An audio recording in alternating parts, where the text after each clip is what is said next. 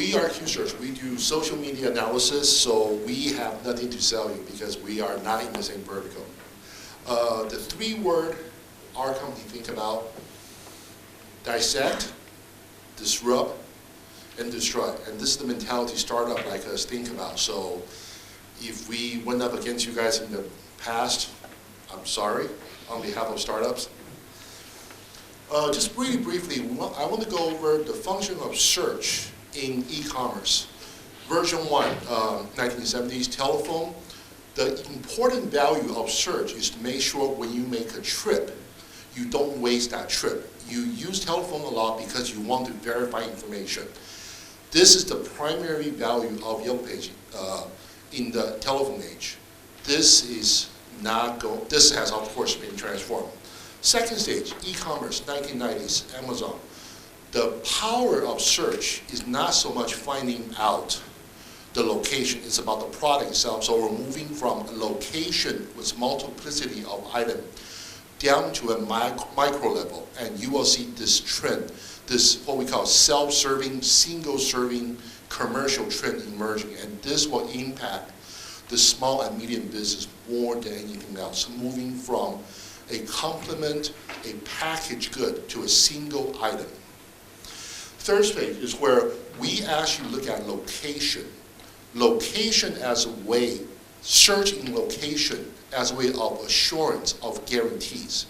This is where we're moving into the issue of trust, availability, and in-depth integration with the vendor, the small businesses control system.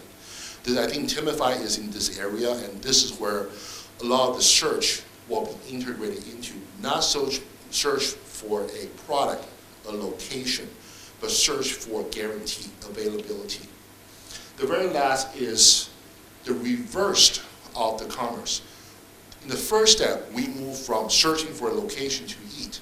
Now, the Uber-ization is we deliver the product and increasingly the service to you at your convenience, at your location. And this, I argue, is the biggest challenge all the search regime will face. When the customer are forced and sometimes take advantage of the economy difference by inverting their own business into a delivery solution rather than a pull generation that relies on advertising. And the function, of course, is make sure the store is still open or the product is available. Google is horrible at this. How many of you have used Google search, go to the restaurant with your significant other, and found the shop has closed? I have. That's why I stopped dating, to prevent mistakes like this. Very easy solution. So the truthfulness, the thoroughness of data provided by a data provider will become a key competitive advantage. This is even more important when we move on to the 3 real implications of Uber-ization. Second, make sure your travel costs, you get the most out of your travel. Logistics are approaching near zero cost. Imagine if you can transfer goods from point to point for almost no money. You can transfer something almost cheaper than the product you sell can be cheaper than the transportation itself. That changes your profit margin, your selection, and your marketing effort. When we move to Amazon, we move into a pure price comparison model. The advantage of this is if you have the lowest cost structure, you win, because most people shop by price, and the large company will always have advantage over the smaller distributor, the retailer. The third one, this is where about convenience. We are shifting into a convenience culture. We want to make sure everything we plant happens. So we want control over environment, but mostly, increasingly, we don't want to plant. Consumer want the computer to make recommendation rather than search, filter, and decide. We want to be recommended and decide. The shortening of this process changes the computation involved and changes the value proposition. With the Google, you can see the most favorite recommendation for this restaurant 3 years ago. But if I go to a Japanese restaurant, I want to talk to the last person who had the fresh eel sushi. Is it fresh? So the data, nature of the data also changes. Go from data to experience. Lastly, This is where everything gets really upended. When we stop having restaurants and we start having food delivered to the customer. There are startups in America right now experimenting with having kitchen on their delivery truck. So when you order, from the point of order, they start cooking for you. When they get to your door, the food is hot.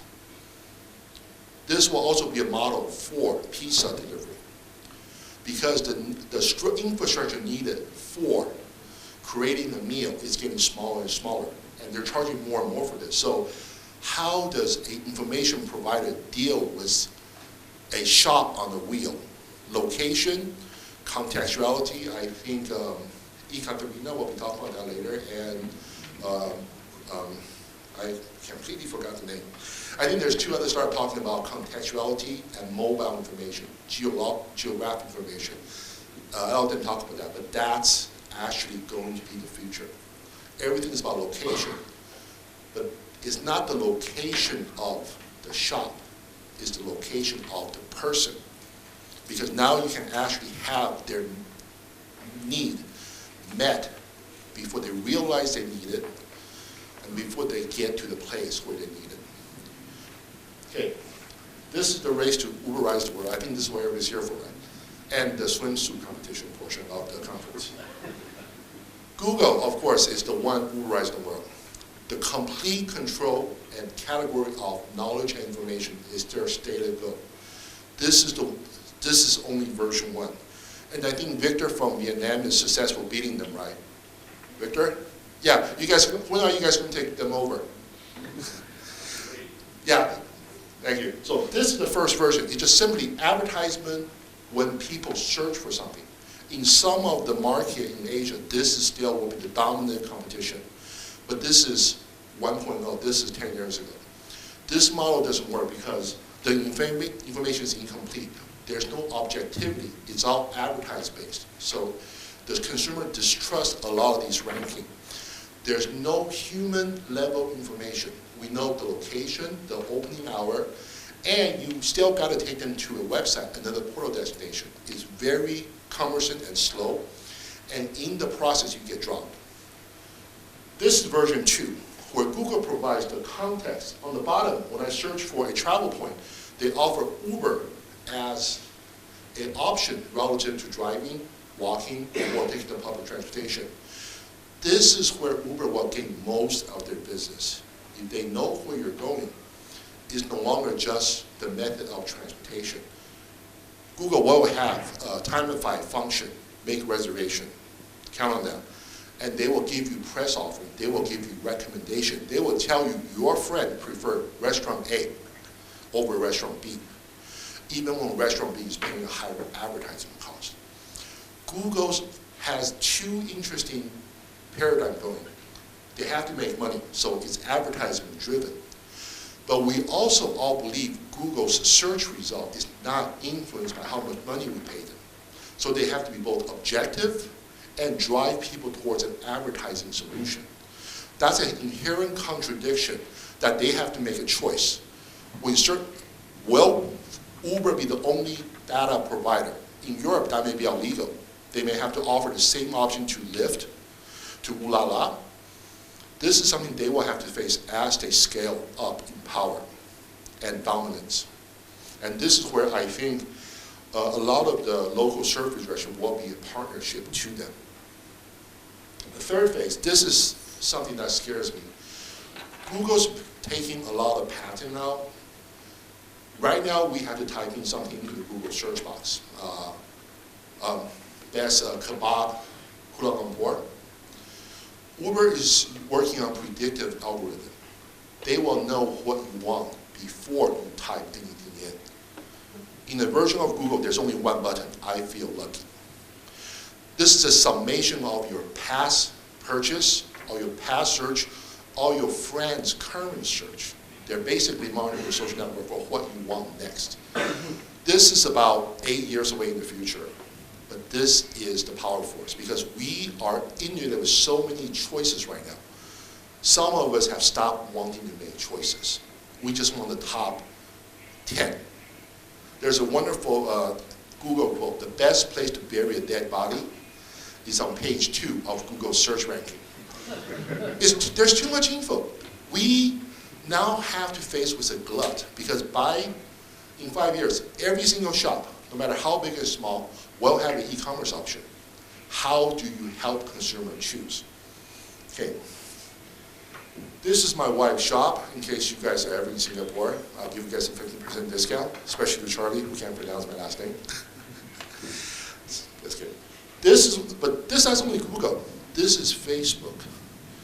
Facebook gives shop owner the option of creating their own call to action button. This is their first attempt, version 0, at social commerce control.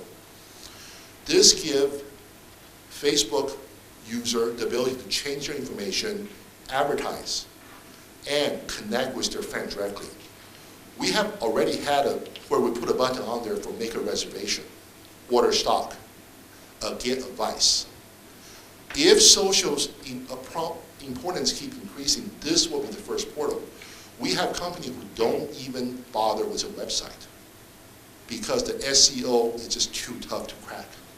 Just start with Facebook because Google crawls Facebook anyway. You actually minimize the management time they have to put in. Yexta is actually, the product is a perfect example of how they have managed complexity while offering validation. The small business shop, with our product we're encountering, they have less and less capacity to advertise. They don't have the ability to take decent picture. They can't find people with the ability to write decent ad copy. This is going to be a trend.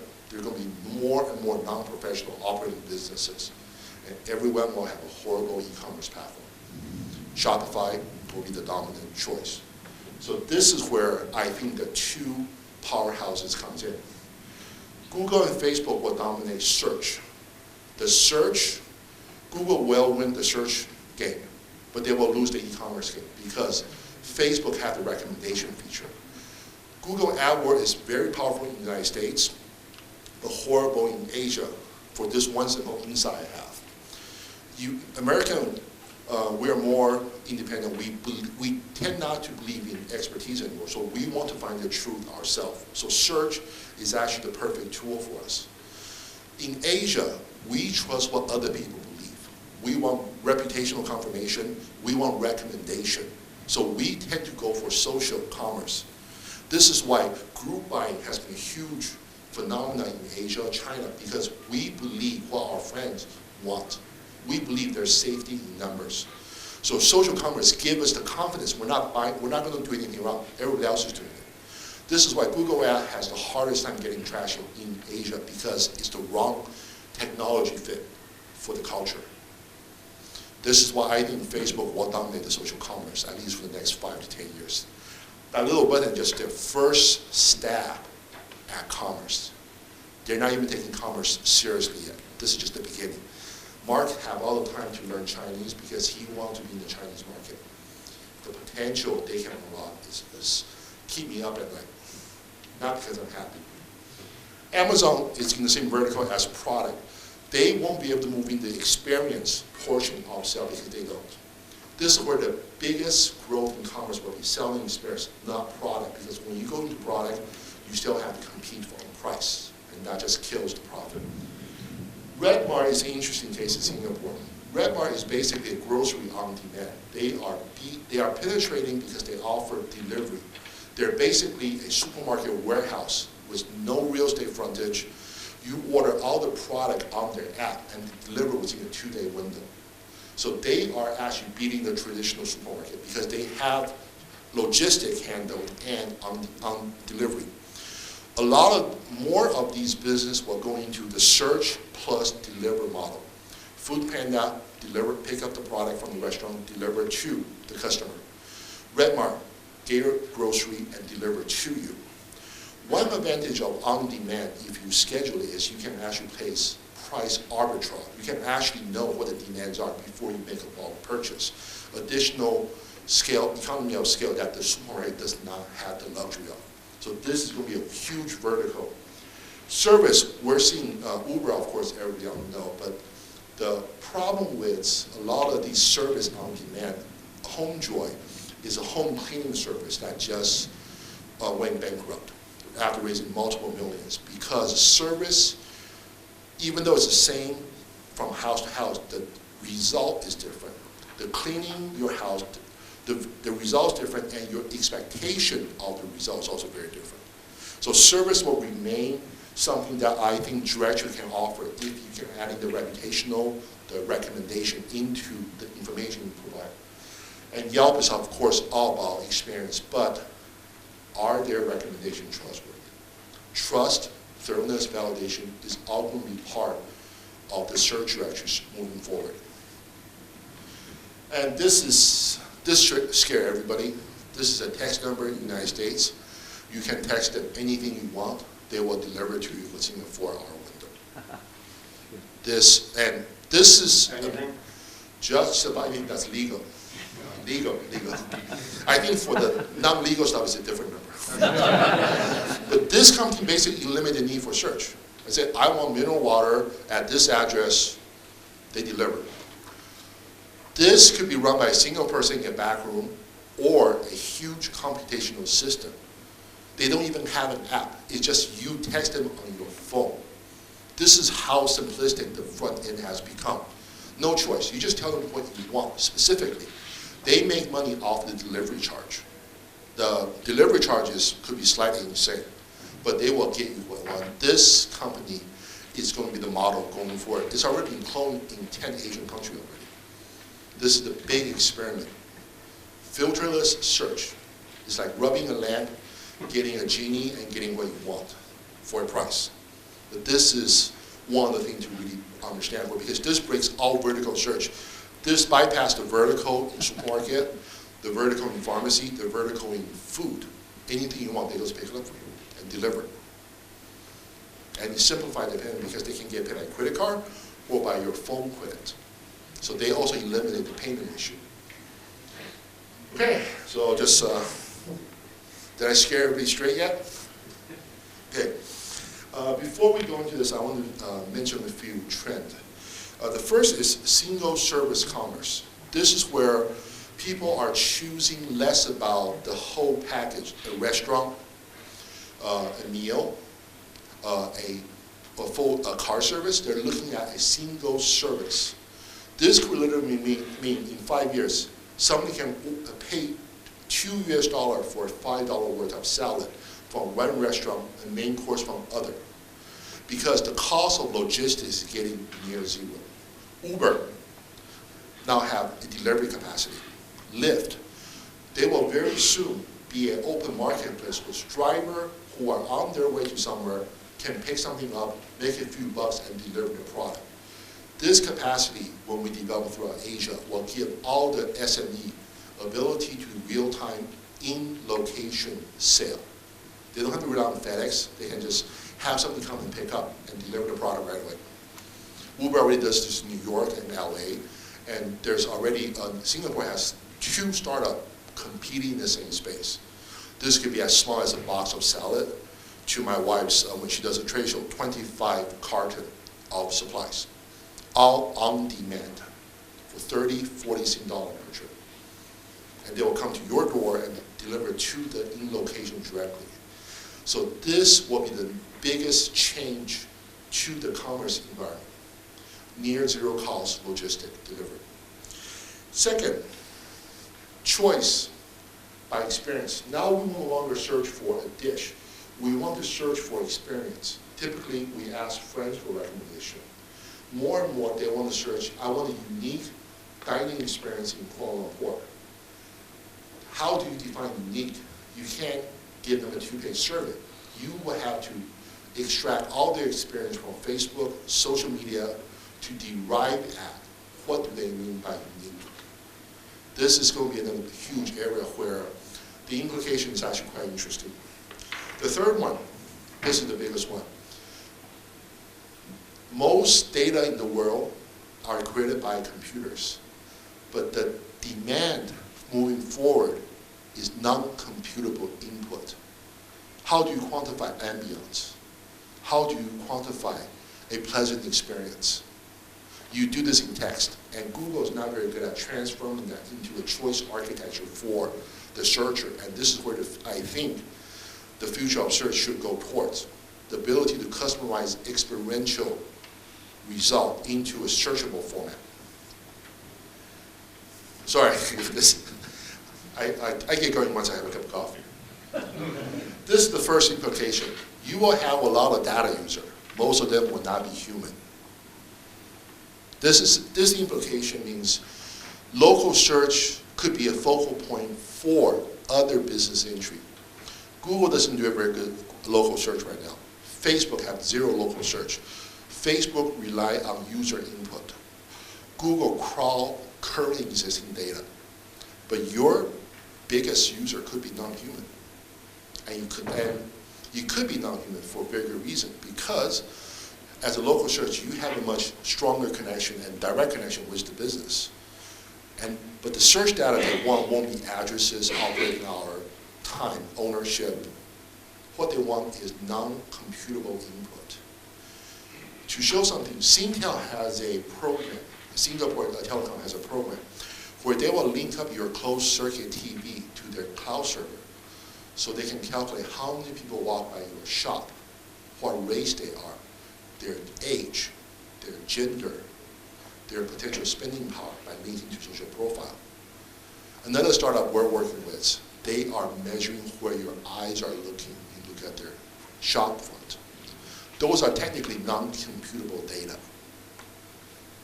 When you have that, when you can offer that kind of data, Google, another startup, this is a huge, huge advantage they cannot have, because a lot of e-commerce optimization can't happen without these specific data. This is where we move from a restaurant to a single box of salad. If you have these demographic data, you can actually sell this data back to the small shop owner. But that's just on the data front. The second implication, what we want to look at, is contextual location. Are they in a hurry? If they're moving fast, they probably won't stop. But you want to capture data. This is where contextuality, determining contextuality of the user become important. I think Kumar Resh is talking about this tomorrow. So more stuff to look forward to. Second implication, answer versus recommendation. Right now, the search is style answer. I want to know what shop is at the shopping center, what time do they open. Facebook, if you go to a shop's Facebook page, they will actually tell you the store is closed now. How many directory does that? What many directory does that service? This is a very simple calculation. If you go to the fan page now, the shop is closed. It's just that simple. Facebook have also forward integrated. You can buy a router from Netgear that every time somebody press like on your shop, they get 30 minutes of Wi-Fi. Facebook is just toying around with Apple and Google on e-commerce right now. Facebook's not even taking stuff seriously. This is how scary they are. So the ability to recommend means people no longer have to think. And the ability to recommend from a trusted source, their favorite blogger, their top 3 friend, a shop owner, or someone who just went to the shop, become a critical competitive advantage. And this is something Google cannot get in real time. Google does not have minute, finite information about the user. They only have a macro level. So on the tactical level, on the street level, they have no real influence. They rely on the voice of the anonymous mass to influence people. The last one, be ready for complex vertical integration. To compete, we have to think about how we dominate the entire value chain. Back in the 70s, 80s, the value is created by being specialist.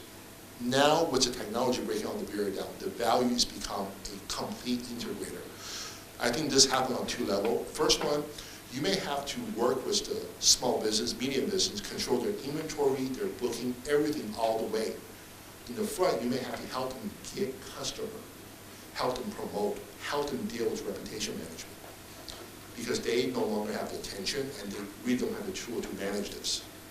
So this is the first one. the first complex integration. The second complex integration gets even more scarier. I was invited here by Charlie from Taiwan Yellow Page, and I had the pleasure of meeting his colleague from China. Imagine two regional directories forming their own e-commerce network, automatically recommending product from one region to another. This is a powerful way to create new value, because you basically recommend product made in China, Taobao, with a very low cost point, to Taiwan, Singapore, Macau, with very high consumer spending point. The network you guys already control can create value just by working with each other, because intra-country logistics is getting to be nearly zero. Once you remove the transshipment, the value chain you can help create become enormously powerful. That's it. I'm Roger. Yes. All right. Thank you. That was great. Do we have any questions for Roger? We have one way in the back from Victor.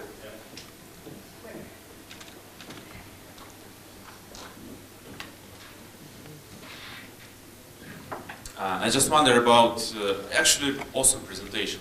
Thank you. And it's like Uber-ization of search is really a good idea. However, it's interesting, especially like magic or something. What I feel in Asia is that many people, these countries are developing, yeah, they are growing. So many people are like entering economy at the age, not like teenagers, right? So like they used to be, there is urbanization. Yes. Yeah, so like you have people who have actually no experience.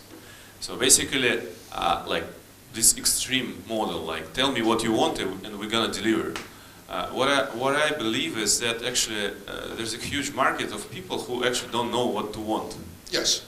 So what do you think? think? Consumers. Okay. So what do you think is like how to Uberize this experience for people? Because they need some like marketing actually. Sure. How do you think we should Uberize search for people who actually don't have any experience, and even their friends, they don't have experience to recommend them something? Sure. There's two different ways.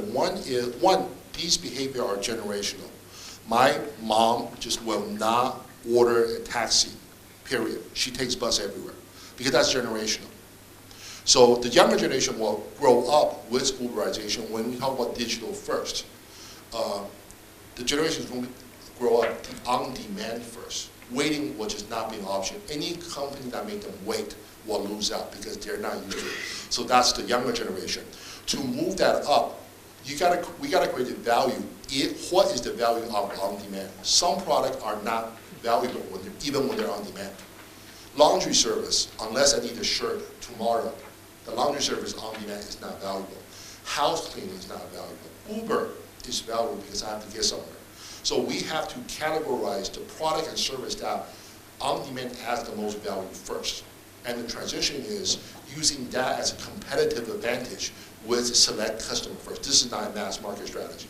This is where you work with a few select partnership, make on demand the industry standard at that price point, and everybody else just cannot survive unless they have on demand.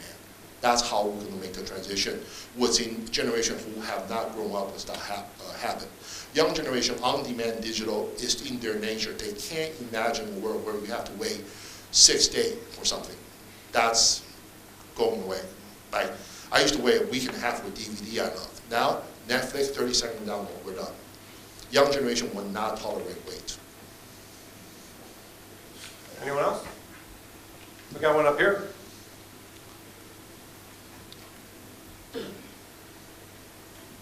Thank you, Roger. It was excellent presentation.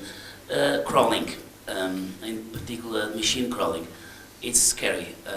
Basically, you have now companies that do the crawling, and you can obviously done now through the websites. Later on, you do on Facebook. Then you go through personal Sure. messages. It comes a little bit on the spy world, etc. But how do you feel that machine crawling is coming now, and how do that affect basically the future of selections Sure. in terms of delivery and all the dangers and of course the advantages that it's got Thank you. That's actually a great question, because how many of you guys use Uber? Okay, when you go to a location, you press the button, you see a lot of cars around you, right? That's a lie. Uber admitted the display vehicle on their app is for display purpose only. They are so afraid of the competitor knowing how many cars they have. They're lying to their driver and you to prevent the competitor from knowing how many cars they really have. I am not even kidding. So, and that's basically crawling. So, deal with crawling is, the original search, we want to put everything possible online for people to find. So, the content creator have given up control in exchange for traffic. Moving forward, they gotta be aware where you have the basic information to lure them in, what we call bait. And the detailed information is accessible only through API with paying partner on a subscription basis. So, okay, restaurant name, no problem. Operating hour, fine. Location, fine. Their reservation is an API call. Their review is an API call. Their special promotion is an API call. By segmenting non-recurring data and real-time recurring data, that's how you're going to survive the crawler. Because crawler is going to destroy most of the business. I know, because we crawl a lot. We download 1.5 TB of data a day, all by crawling. This kind of Google scale crawling is available to any enterprise. So you have to set up specific gate to control who come into this level of data, who come into this level. And increasingly, you have to figure out who you give the power to create new data. That's where we have data going in and coming in and going out. You have a sustainable advantage, because now you can create data by trusted third party that's relevant to your main business. And that's basically a free input to your business. Okay, anyone else? Oh, we got a couple actually. How about Manesh up here? Yeah. So you're talking about. Oh, wait for that, yeah. So can you were talking about turning a business upside down. Yes. So let's just put it in context with people in this room. Sure. You know, publishers or service providers or whatever. I mean, is the process of thinking of your business in terms of what that end-to-end experience, as you said, the single purchase. Mm-hmm. So applying it into a B2B context, how would you answer the question about turning that experience, single purchase, flipping the business model upside down? Okay, the business model is going to be flipped upside down by a startup like us, or upstarts like us, or you can engineer the change. For B2B, the search is actually for a more complete solution. Most B2B are not searching for an individual solution. Single serving is more prevalent in consumer, B2C, where I love the seller from this restaurant. I'm willing to pay $3 for the delivery and $3 for the sesame chicken from the other restaurant. We want to create our own combination and willing to pay a little extra for them. And how many of you, the first thing when you go to a shop, you don't care about the branding of the shop. You care about, do you have Apple USB recharging cable? We're no longer looking at the shop as an outlet. We're looking for it as a place where individual parts are stored. So for B2C, you don't have these micronization, small transaction. They only want a single product. They want every store to be like Amazon. So they know it's available, or they can compare price. And every shop will set up their own e-commerce platform because it's getting easier. So the advantage is when you go from 10,000 e-commerce platform in Kuala Lumpur to 1 million, how does the local service directory help them get customer, but also get customer profitably so they don't have to compete on price? That's the big challenge. The upside down is we used to specialize in search. Now we have to move forward to a complete solution like Timify, where you actually manage a service provider's time for them. That's the world domination plan, right, Thomas? To manage their business for them? But I think that's the model. You have to start moving forward. Specialization really won't work anymore at the age where specialization being replaced by wide field computation. Okay, I think we had Paul and then Tabo.